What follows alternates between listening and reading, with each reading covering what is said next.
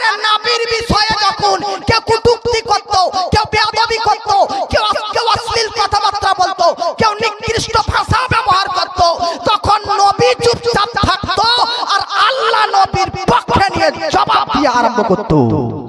জোরে বলেন, আমার আপনার নবীর ব্যাপারে কেউ কথা বললো, জবাব দেনেওয়ালা কে? জোরে বলেন কে? তো নবীকে নিয়ে যখন বলতে লাগলো নবী অশিক্ষিত, মূর্খ, নিরক্ষর, আরবের কাফেররা বলতেছে নবী কোনো টিউশনে পড়লো না, কলেজে পড়লো না, কার কাছ থেকে জ্ঞান অর্জন করলো? নিশ্চয় একে শয়তান জ্ঞান দিয়েছে। তখন আল্লাহ উত্তর আরেক জায়গায় দিচ্ছে, আর রহমান নবীর শিক্ষক, নবীর টিচার, নবীর মুআল্লিম শয়তান নয়, আর রহমান অর্থাৎ স্বয়ং আল্লাহ তাবারক ওয়া তাআলা আল্লামাল কুরআন, যিনি সম্পূর্ণ কোরআনের জ্ঞান বিজ্ঞান আমার আপনার নবীকে শিখিয়েছে। জোরে বলে, তাহলে নবীর বিষয়ে কেউ কটূক্তি করলে জবাব কে দিত? জোরে বলেন, জবাব কে দিত? জোরে বলেন কে দিত? আর মহব্বত বলেন কে দিত? বাবাজি, মিল্লাত ইসলামী আপনারা জানেন, পৃথিবীর মধ্যে বেরাদার আপনারা বাস করতেছেন, কোরআনকে তেলাওয়াত করুন, কোরআনকে পাঠ করুন, কোরআনের মধ্যে একাধিক জবাব রয়েছে। আমার আপনার নবীজি আজ থেকে 1400 বছর পূর্বে আমার নবী জ্ঞান বিজ্ঞান প্রচার করতেছেন। আরবের কাফেররা আবার নবীকে নিয়ে কুমন্তব্য করতে লাগলো। কি?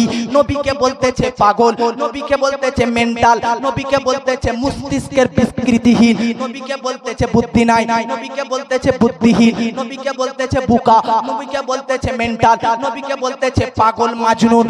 বিভিন্ন ভাবে নবীকে নিয়ে কটূক্তি আরবের কাফিররা করতে থাকে। আমার নবীজি সাল্লাল্লাহু তাআলা আলাইহি ওয়াসাল্লাম চুপচাপ রয়েছে, নিশ্চুপ রয়েছে, আর আল্লাহ তাআলা উত্তর দিতেছে। কোরআনের মধ্যে আল্লাহ পাক বলতেছে, নুন ওয়াল কলাম ওয়া মা ইয়াসতুরুন মা আনতা বিনিমাতি রাব্বিকা বিমাজনুন। হাবিব গো, তাবিব গো, জগৎবাসীরা রে, আপনি যখন কোন ফায়সালাতে হাজির হন আর কোন বিচারকে কেন্দ্র করে সাক্ষ্য দেন যে আমি সাক্ষ্য দিচ্ছি, আজকের সভাপতি সাহেব স্টেজে বক্তব্য রেখেছে, কেউ যদি বলে না বক্তব্য রাখেনি, তখন আপনি সাক্ষ্য দিবেন না উনি বক্তব্য রেখেছেন, বারবার বলবেন বক্তব্য রেখেছেন। যদি বিশ্বাস না করেন তখন আপনি বলবেন আল্লাহর কসম করে বলতেছি বক্তব্য রেখেছে। তাহলে দেখলেন বেরাদার, কেউ যখন কোনো কথাকে, কেউ যখন কোনো ফায়সালাকে, কেউ যখন কোনো বার্তাকে একসেপ্ট করতে পারে না, গ্রহণ করতে পারে না, মানতে বাধ্য হয় না, অস্বীকার করে দেয়, তখন আমরা দেখবেন আল্লাহর শপথ করি, আল্লাহর কসম করি, আল্লাহর শপথ করি, আল্লাহর কসম করি, ওগো বান্দা গো, আপনারা যেমন কোনো বার্তাকে, কোনো কথাকে, কোনো ফায়সালাকে মজবুত করার জন্য, শক্তিশালী করার জন্য যেমন আপনারা আল্লাহর কসম খান, তেমন আমারও আল্লাহ কোন বার্তাকে মজবুত করার জন্য আল্লাহ সৃষ্টি জগতের কসম করে। আল্লাহ বলতেছে নুন ওয়াল কলাম, আল্লাহ বলতেছে কলমের শপথ, কলমের কসম। আপনি বলবেন কলম? আমাদের বাড়িতে ছেলে মেয়েরা, স্টুডেন্টরা স্কুলে পড়ালেখা করার জন্য ব্যাগ নিয়ে যায়, ওই ব্যাগে কলম ভরা থাকে, পেন ভরা থাকে, ওই কলম না মুসলমান, এ সেই কলম নয়। আল্লাহ বলতেছেন ওয়াল কলাম ওয়া মা ইয়াসতুরুন, কলমের শপথ, অর্থাৎ এই কলম দ্বারা তোমাদের স্কুলের ছাত্র ছাত্রীরা লেখাপড়া করার জন্য 10 বিঘা জমির আজকে মুআজ্জাজ সিগনেচার করার জন্য আজকে মুসলমান ওই কলমের শপথ নয়, বরং সেই কলমের শপথ যে কলম দ্বারা আল্লাহ পাক গোটা সৃষ্টি জগতের মানুষের তাকদীর, ভাগ্যকে, গোটা সৃষ্টি জগতের সৃষ্টির 50,000 বছর পূর্বে লৌহে মাহফুজে যে কলম দ্বারা লিখে দিয়েছে। মুসলমান যে কলম দ্বারাতে লৌহে মাহফুজের মধ্যে 50,000 বছর আগে গোটা সৃষ্টি জগতের মানব জাতির ভাগ্যকে আল্লাহ লিখে দিয়েছে, ওই কলমের শপথ করে আল্লাহ বলতেছে নুন আল কলাম ওয়া মা ইয়াসতুরুন, ওই কলমের কসম করে বলতেছি মা আনতা বিনিমাতি রাব্বিকা বিমাজনুন। নবী, আপনি পাগল নয়, আপনি মাজনুন নয়, আপনি মেন্টাল নয়, আপনি মস্তিষ্কের বিকৃতিহীন নয়, আপনি মস্তিষ্কর আজকে হীন নয়, আপনি পাগল নয়, আপনি তো হচ্ছে গোটা সৃষ্টি জগতের সকল মানব জাতির শিক্ষক। জোরে বলেন। তাহলে যখনই কেউ নবীকে নিয়ে কটূক্তি করত, উত্তর কে দিত? জোরে বলেন কে দিত? জোরে বলেন কে? বাবাজি, মিল্লাত ইসলামিয়া, আমি আপনাকে আর একটা উদাহরণ দিয়ে দেবো। একটা উদাহরণ কারা কারা বক্তব্য আমার বুঝতে পারছেন আবার হাত উঠে বলুন তো সুবহানাল্লাহ। अब हाथ এত কষ্ট করে উঠালেন তো একটা ছোট্ট করে গজল হয়ে যাবে। कितने लोग नाच सुनना चाहते हैं, हाथ उठाकर बोलो सुबहानअल्लाह। अब आप फरमाओ, उर्दू में सुनोगे या बांग्ला में? उर्दू में कि बुली वालो तैबा में आका, बुली वालो तैबा में आका, मुझको भी एक बार कैसा है वो शहर मदीना दिखला दो एक बार। मोहब्बत के साथ बोलिए सुबहानअल्लाह और मोहब्बत के साथ। अरे बुली वालो तैबा में आका, बुली वालो तैबा में आका, मुझको भी एक बार कैसा है वो शहर मदीना दिखला दो एक बार, कैसा है वो शहर मदीना दिखला दो एक बार। आप लोगों से तो मैं सुन लिया कि आप लोग हिंदी समझेंगे, आप लोग हिंदी सुनेंगे, लेकिन शायद के मेरी माँ बहनों ये बोलेंगे कि हम लोग बांग्ला में सुनेंगे। हो सकता है कि नहीं?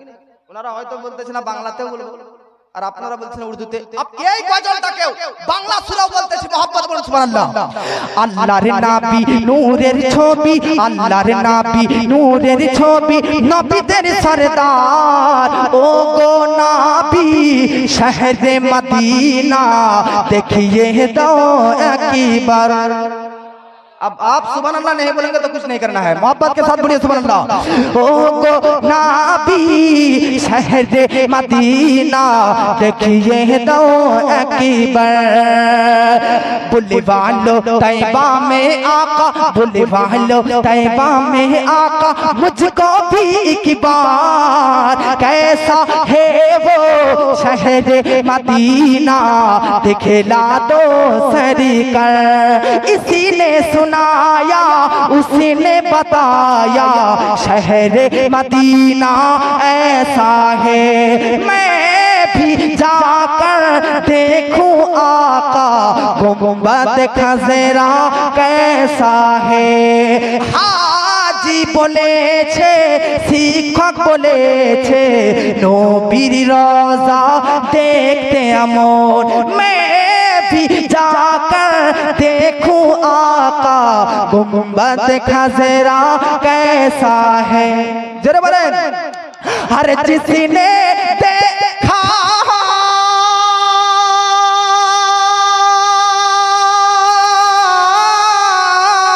जिसने देखा उसने बताया, जिसने देखा उसने बताया खुल्दे बारी के जैसा है।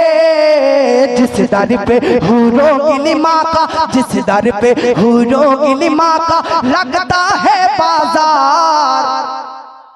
इतने आहिस्ता सुबहानअल्लाह बोलोगे तो कैसे होगा? और मोहब्बत से बोलिए सुबहानअल्लाह। अरे जिस दर पे हूरों की लिमा का, जिस दर पे हूरों की लिमा का लगता है बाजार, कैसा है वो शहर मदीना दिखला दो सरकार। बुली वालो तैबा में आका, मुझको भी एक बार कैसा है वो शहर मदीना दिखला दो सरकार। জোরে বলেন।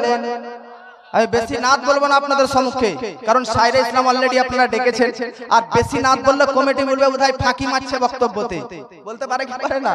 তবে মুআজ্জাজ আমি স্টেজে ওঠার আগে কয়েকজন ব্যক্তি বলতেছি বাচ্চা ছেলেকে দাওয়াত দেয়া কেন, তবে আপনারা হয়তো বা এতক্ষণ পর্যন্ত বুঝে নিয়েছেন যে বাচ্চা লয় বোধহয় কিছু আছে নাকি।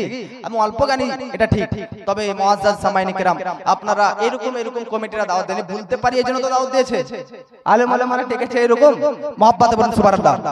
বাবাজি তাহলে আপনাদেরকে আমি বলতেছিলাম বেরাদার, নাবির বিপক্ষে বিরুদ্ধে কেউ কথা যদি তুলতো তো নাবির পক্ষে উত্তর কে দিত?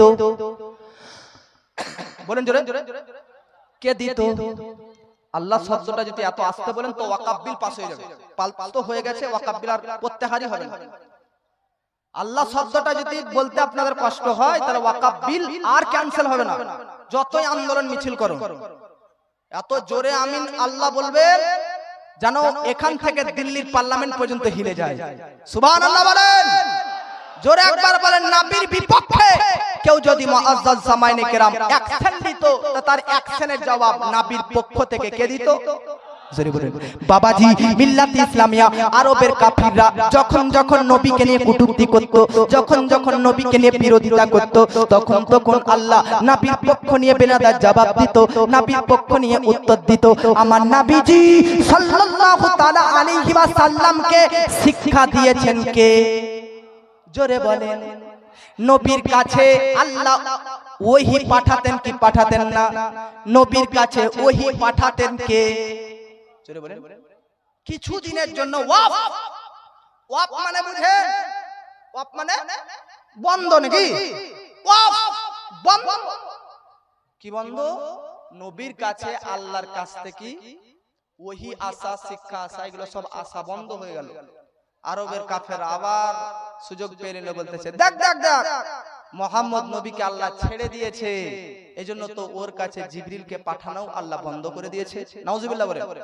ওহিটা প্রেরণ করা, ওহিটা প্রেরণ করা, প্রেরণ করা, পাঠানো ওয়াফ করে দেওয়া হয়েছে, বন্ধ করে দেওয়া হয়েছে। যেহেতু আল্লাহ পাক নবীকে ভুলে গিয়েছে, নাউজুবিল্লাহ, নবীকে ছেড়ে দিয়েছে। এই রকম ভাবে যখন আরবের কাফিররা নবীকে নিয়ে কটূক্তি করতেছে, আবার আপনারা বলুন তো উত্তর কে দিবে মনে হচ্ছে আপনাকে? সেরে বলেন কে দিবে? সেরে বলেন কে দিবে? আপ উত্তর কিভাবে আল্লাহ দিচ্ছে বলতেছি, মহব্বতে বলুন সুবহানাল্লাহ। বাবাজি মিল্লাত ইসলামিয়া আরবের বেধর্মীরা যখন নবীকে নিয়ে এইভাবে কটূক্তি করতেছে, বিরোধিতা করতেছে, নবীকে ছেড়ে দিয়েছে, তার জন্য তো নবীর কাছে আল্লাহর পক্ষ থেকে ওহী আসা বন্ধ হয়ে গেছে, আল্লাহর কাছ থেকে কোরআনের আয়াত আসা অফ হয়ে গেছে, বন্ধ হয়ে গেছে। তখন আল্লাহ পাক বলতেছেন ওয়াদুহা ওয়াল্লাইলি ইযা সাজা মা ওয়াদ্দাআকা রাব্বুকা ওয়া মা ক্বালা। জোরে বলেন। আল্লাহ পাক বলতেছেন ওয়াদুহা, এখান থেকে তো বহু মুফাসসিরে কেরামগণ এই ওয়াদুহা শব্দের অর্থ নিয়েছে, তবে আমাদের ইমাম ইশক মুহাব্বত, ইমাম আহলে সুন্নাত আলা হযরত আযীমুল বরকত মুজাদ্দিদিন মিল্লাত কানজুল কারামাত জাবালুল ইস্তিকামাত শাইখুল ইসলাম ও মুসলিমিন আয়াতুম মিন আয়াতিল্লাহ মুজিজাতুম মির রাসূলিল্লাহ কারামাতে গৌসে আযম আশিকে নবী ওলিয়ে কামিল ফাকিহে ইসলাম ইসলামিক চিন্তাবিদ দার্শনিক বৈজ্ঞানিক হিজরি 1400 শতাব্দীর শ্রেষ্ঠ মুজাদ্দিদ বিশ্ববরেণ্য লেখক সুন্নি জগতের সম্পদ হামিয়ে সুন্নাত মাহিয়ে শিরক বিদআত ভ্রান্ত মতভেদের খণ্ডনকারী মহা সংস্কারক জ্ঞানের এনসাইক্লোপিডিয়া মুফাসসিরুল কুরআন মুবাল্লিগে ইসলাম আল কারি আল আলিম আল ফাজিল আল মুফতি আল মুহাদ্দিস আল মুহাক্কিক আল মুদাক্কিক আল মুনাজির আল মুসান্নিফ আশ-শাহ ইমাম আহমদ রাজা খা ফাজিলে বেরে নবী। আল্লাহু আকবার। ইয়া রাসূলুল্লাহ হযরত গৌসুর রাজা খাজা जिंदाबाद। माशाअल्लाह माशाअल्लाह अल्लाहु अकबर। बहुत खूब बहुत खूब। ये है जज्बा, आला हजरत का नाम सुनते ही इनके अंदर से जज्बा उठ गया। मोहब्बत के साथ पढ़िए सुभान अल्लाह। আমার বাবাজি আল্লাহ পাক উত্তর দিতেছে ওয়াদুহা। ওয়াদুহা শব্দের অর্থ বিভিন্ন ব্যাখ্যাকারীগণ বিভিন্ন রকম করেছেন, তবে আমাদের সকলের সুন্নিদের জানো প্রাণ ও মান আলা হযরত বলতেছেন ওয়াদুহা মানে হচ্ছে নবীর চেহারা, নবীর ফেস, নবীর মুখমণ্ডলের কসম। জোরে বলেন। আল্লাহ পাক বলতেছেন, দেখুন আল্লাহ পাক যখনই নবীর পক্ষ নিয়ে বাতিলদেরকে জবাব দিচ্ছে তখন কসম খাচ্ছে কি খায় না? ওয়াও তা, এই যে ওয়াও হরফে কসম है, ওয়াও হরফে কসম है, তো আল্লাহ পাক বলতেছেন ওয়াও তা বা, তিনটি হরফে কসমের মধ্যে একটা ওয়াও। ওয়াদুহা অর্থাৎ নবীর চেহারা নূরানি চেহারা, যে নূর দিয়ে আমি আল্লাহ সাজিয়েছি, যে নূর দিয়ে নবীকে আমি বানিয়েছি, ওই নূরানি ফেস, নূরানি চেহারা শপথ করতে বলতেছি ওয়াদুহা ওয়াল্লাইলি ইযা সাজা, অর্থাৎ নবীর নূরানি আজকে চুল মুবারকের শপথ করে বলতেছি মা ওয়াদ্দাকা রাব্বুকা ওয়া মা ক্বালা, নবীকে আল্লাহ ছাড়েওনি আর নবীকে আল্লাহ পথ ভ্রষ্টও করেননি। জোরে বলেন, নবীকে কি আল্লাহ ছেড়ে দিয়েছেন? জোরে বলেন, মহব্বতে বলেন মা ওয়াদ্দাকা রাব্বুকা ওয়া মা ক্বালা। আল্লাহ পাক এবার বলতেছে, এবার একটা উত্তর দিতেছে, এবার একটা আলাদা ভিন্ন রকম উত্তর দিতেছে। আপনারা যদি বলেন যে হুজুর বলেন তাহলে বলবো মাশাআল্লাহ, মোহাম্মদ কাবাট বল সুবহানাল্লাহ। আমার আল্লাহ পাক বলতেছে নবীজি ওগো হাবিব গো তাবিব গো, কিছু দিনের জন্য ওহী আসা অফ হয়ে গেছে, বন্ধ হয়ে গেছে, তাই এরা ভাবতে বলতেছে নবীর সঙ্গে আল্লাহ বন্ধুত্ব কেটে নিয়েছে, আজকে ব্রেকআপ করে নিয়েছে।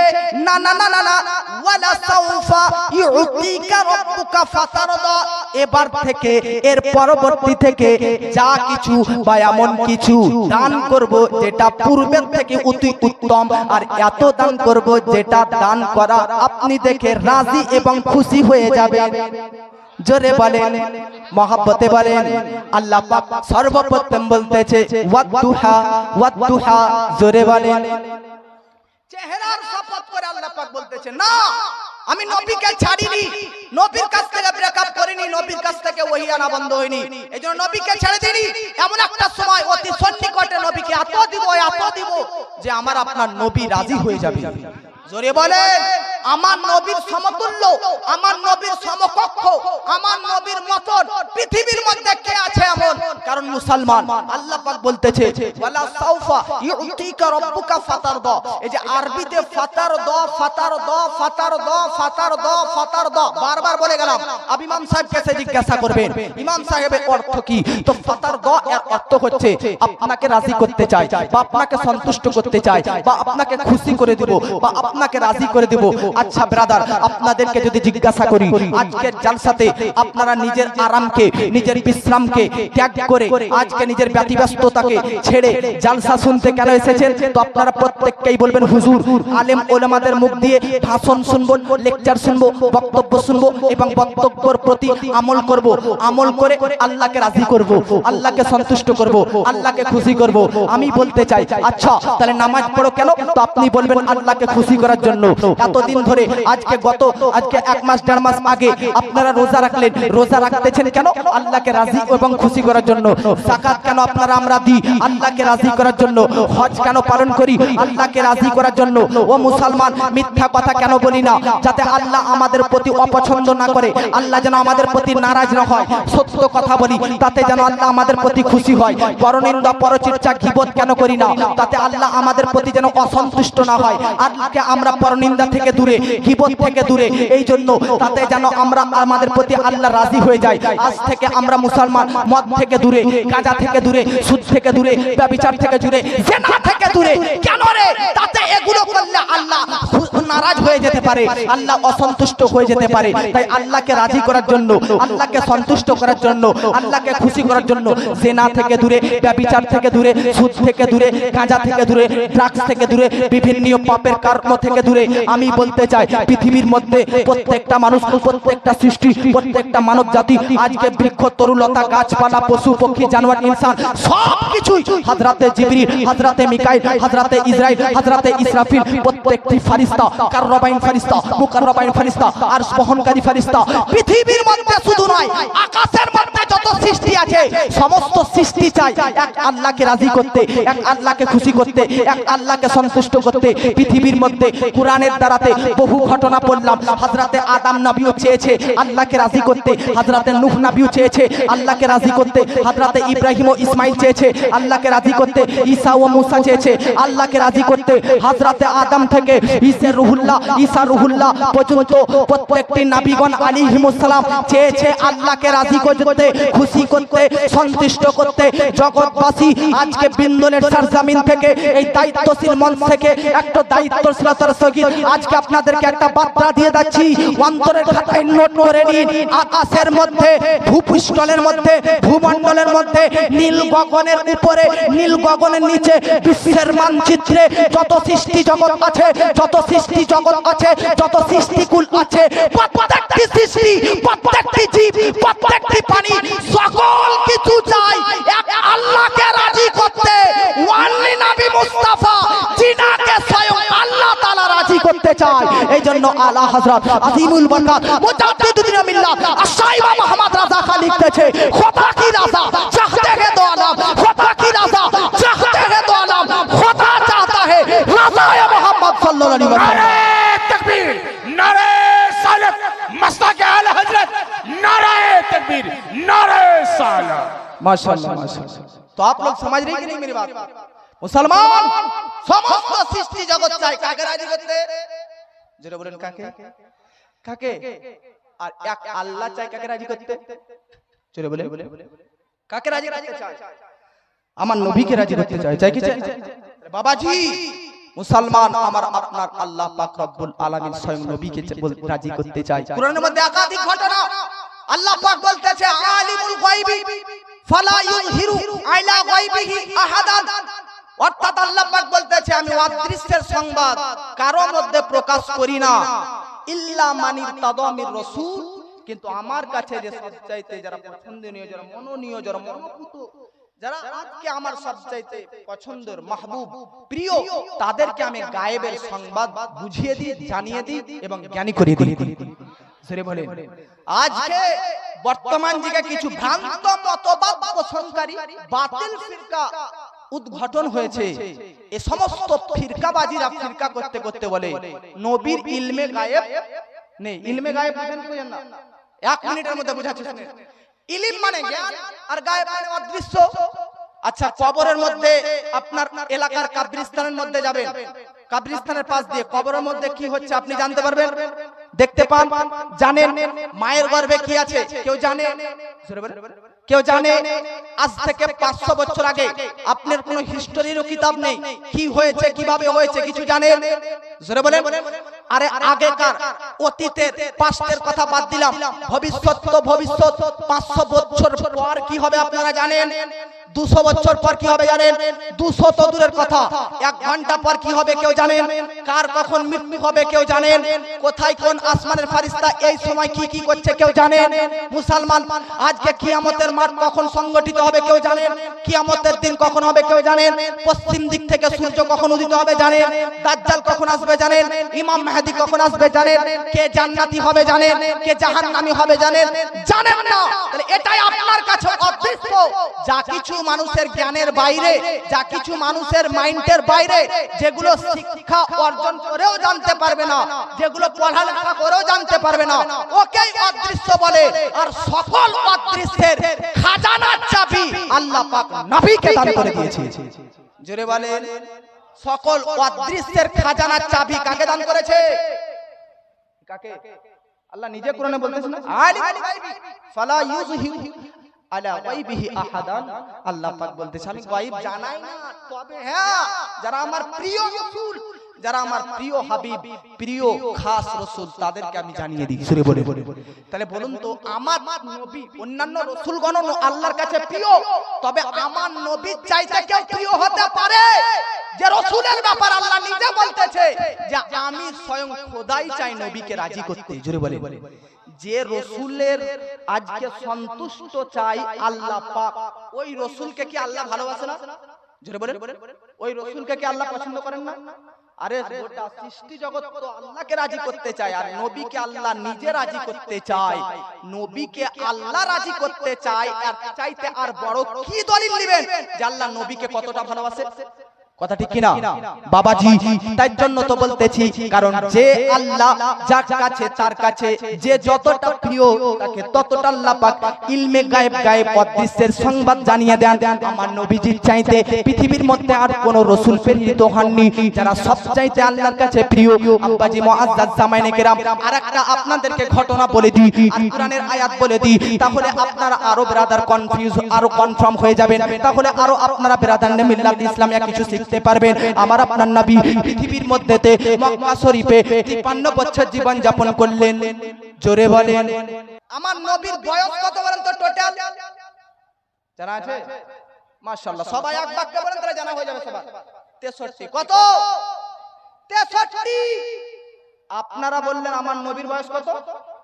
63 কিনা? এবার আপনাদের জ্ঞানে আমার একটু জ্ঞান যুক্ত করতেছি আপনাদের আরো জানানোর জন্য। নবীর সাহাবী আবু বকর সিদ্দিক, তিনারও পৃথিবীতে বয়স ছিল 63। জোরে বলে। শুধু আমার নবীর 63 বছরের সঙ্গে আবু বকর সিদ্দিক রাদিয়াল্লাহু তাআলা আনহু তিনারও 63 বছর বয়স ছিল। আরেকটু জানিয়ে দিই, হযরত উমর ইবনে খাত্তাব রাদিয়াল্লাহু তাআলা আনহু তিনারও বয়স ছিল 63। জোরে বলে। আরেকটু জানিয়ে দিই, হযরত আলী রাদিয়াল্লাহু তাআলা আনহু তিনারও বয়স ছিল 63। জোরে বলে। আরেকটু জানিয়ে দিই, হযরত বেলাল হাবশী রাদিয়াল্লাহু তাআলা আনহু তিনারও ইন্তেকাল হয়েছে 63 বছর বয়স, অর্থাৎ তিনারও বয়স ছিল 63। জোরে বলে। আমার নবী ইসলামের প্রচার ও প্রসার অর্থাৎ ইসলামের দাওয়াত দিতে আরম্ভ করেন কত বছর বয়সে? 63 বছরের মধ্যে 40 বছর বয়সে। কথা ঠিক কিনা? জোরে বলেন। নবী 40 বছরে নবী হয়নি, নবী তো জন্মগত নবী, তবে 40 বছর বয়সে নিজের নবী হওয়া এটা প্রকাশ করেছেন, ইসলামের দাওয়াত দিতে আরম্ভ করেছেন।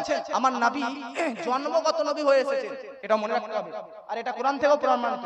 আমি তো আপনাদের এই রায়গঞ্জের মধ্যে সর্বপ্রথমে রায়গঞ্জে এসেছিলাম, এই হিমতাবাদ থেকে একটু 5 মিনিট গিয়ে ওখানের মধ্যে নবীকে আল্লাহ পাক এই জন্মগত নবী হিসাবে প্রেরণ করেছে, এটাকে বোঝানোর জন্য আল্লাহ পাক রব্বুল আলামিন একটা কোরআন থেকে আয়াতে কারিমা তেলাওয়াত করে 5টি দলিল পেশ করেছিলাম, যেটা একটা দলিল আপনাদেরকে দিয়ে দিই। আল্লাহ পাক বলতেছে ওয়াইদ আখাযাল্লাহু মিসাকান নাবিয়িন, জোরে বলে আমার নবীজি জন্মগত পৃথিবীতে জন্মই হয়েছে নবী হিসাবে, এটা দলিল, এটা চাই তার বড় নেই। ওয়াইদ আখাযাল্লাহু মিসাকান নাবিয়িন, আর আল্লাহ পাক বলতেছে হাবিব একটু স্মরণ করুন যখন মিসাকের দিন, মিসাক কাকে বলে? এ পৃথিবী ছিল না, এ আরশ ছিল না, এ লৌহ কালাম ছিল না, এ আসমান ছিল না, এ জমিন ছিল না, আপনি আমি আদম কেউ ছিল না। সব মানুষের রূহ এক জায়গাতে আল্লাহ এই পৃথিবী তৈরি করার আগে একত্রিত করার পর আল্লাহ পাক বলতেছে নবী একটু স্মরণ করুন, ওখানে যারা নবী হবে তাদের রূহ আলাদা, যারা মুমিন হবে তাদের রূহ আলাদা, যারা কাফের হবে তাদের রূহ আলাদা, যারা আলেম ওলেমা হবে তাদের রূহ আলাদা, সবার রূহ আলাদা আলাদা জামাত করে লাগানো রয়েছে, জোরে বলেন। তাহলে পৃথিবীতে আসার আগে আলেম ওলামা কারা হবে তাদেরও জামাতের দিকে, নবী রাসূল কারা হবে তাদের জামাতের দিকে, কারাম সাহাবী হবে তাদের জামাত আগে আলাদা ভিন্ন। মনে রাখবেন রূহের জগতে আল্লাহ পাক কয়েক রকমের ওয়াদা নিয়েছেন, প্রতিশ্রুতি আপনাকে পৃথিবীতে প্রেরণ করার আগে। যেমন সমস্ত আলেম ওলামা যারা এই পৃথিবীতে আলেম হবে তাদেরকে এই পৃথিবীতে আসার আগে তাদের রূহকে আল্লাহ রূহের জগতে একত্রিত করে ওই দিনটাতে সমস্ত আলিম ওলামাকে আল্লাহ বলল ওয়াদা কর, প্রতিশ্রুতি কর যে পৃথিবীতে গিয়ে নিজের জ্ঞানকে, শিক্ষাকে, দীক্ষাকে গোপন রাখবি না, লুকাবি না, মানুষের মধ্যে প্রচার করে মানুষকে আমল করার শিক্ষা দিবি, জোরে বলে। সব আলেম ওলামা প্রতিশ্রুতি ওয়াদা করেছিলেন, এই জন্য প্রতিশ্রুতি ওয়াদাকে আরবিতে বলা হয় মিসাক, জোরে বলে।